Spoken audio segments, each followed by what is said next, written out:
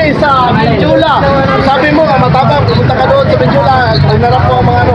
So ang ibig mo bang sabihin ay itong pabalik-balik na rally, kapag sa Benjula nag-rally, ay i-effect ba? Ay, yes, of course. Kasi lahat naman natin ng rally, dapat eh. Kasi kung dito tayong mag-rally, sino bang pinapagawa natin? Yung manager ng Robinson? Hanggang doon ka lang sa gate eh. Sarado ng Hindi, saan ba nakatira ang presidente dito sa Robinson? Sino pinapagawa natin dito? Tama. na Oo, tama. Hindi ka pa pumupunta sa So parang ano yun, di ba? nakaharap na Siguro may gulo pagka sa doon. Kayo, sabi natin, kayo tayo nag-rally. Bumaba sa pwesto yung ano ng manager ng Robinson. Sino gustong bumalik? Sino? Ako! Oh, siya, gusto niya ba? So dapat, walang sumunod eh. Doon tayo. Diba? Kaya dapat magkita tayo. Katamping, Dilawan, ano ka man dyan, makakaliwa ka, Duterte ka man. Magkita tayo na tayo, biktima ng korupsyon. Tama.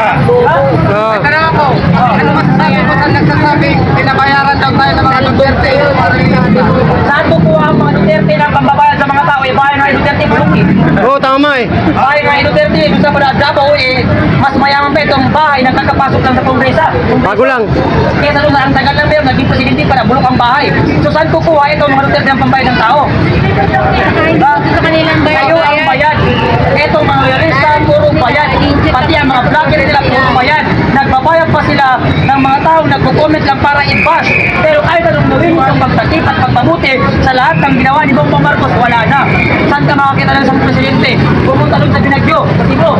Imbis na ang dala niya ay bigas at tubig para ipakain sa Santa ng Bagyo, ang dala niya, cameraman at media.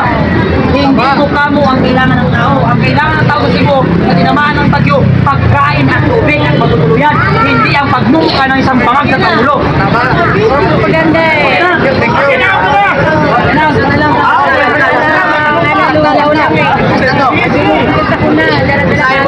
Vlogger na ngayon kasi nararamdaman nila na palubog na yung bangka nila, balak na bumalik na.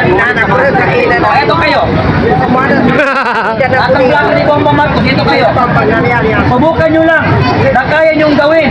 Pag naupo ang presidente si VP Sara, subukan nyo lang at titignan namin kung kaya nyong gawin ang ginagawa namin ngayon na ang amo ninyo ang nakaupo at kaya namin kayong i-bash. At siguraduhin nyo lamang na pag naging presidente si Sara, gagawin yan kasi pag nakita ko kayo, pag puuntulin ko mga ulo ng mga tao kayo.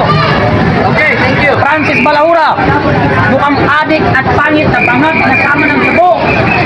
Yan ang TikToker nila. Sangkay TV, ganun din. Isang bayaran. Pati si Wilson. Pati yung si Wilson Vlog. Francis Balaura. Oh, ito, yung sasabihin mo sa'yo.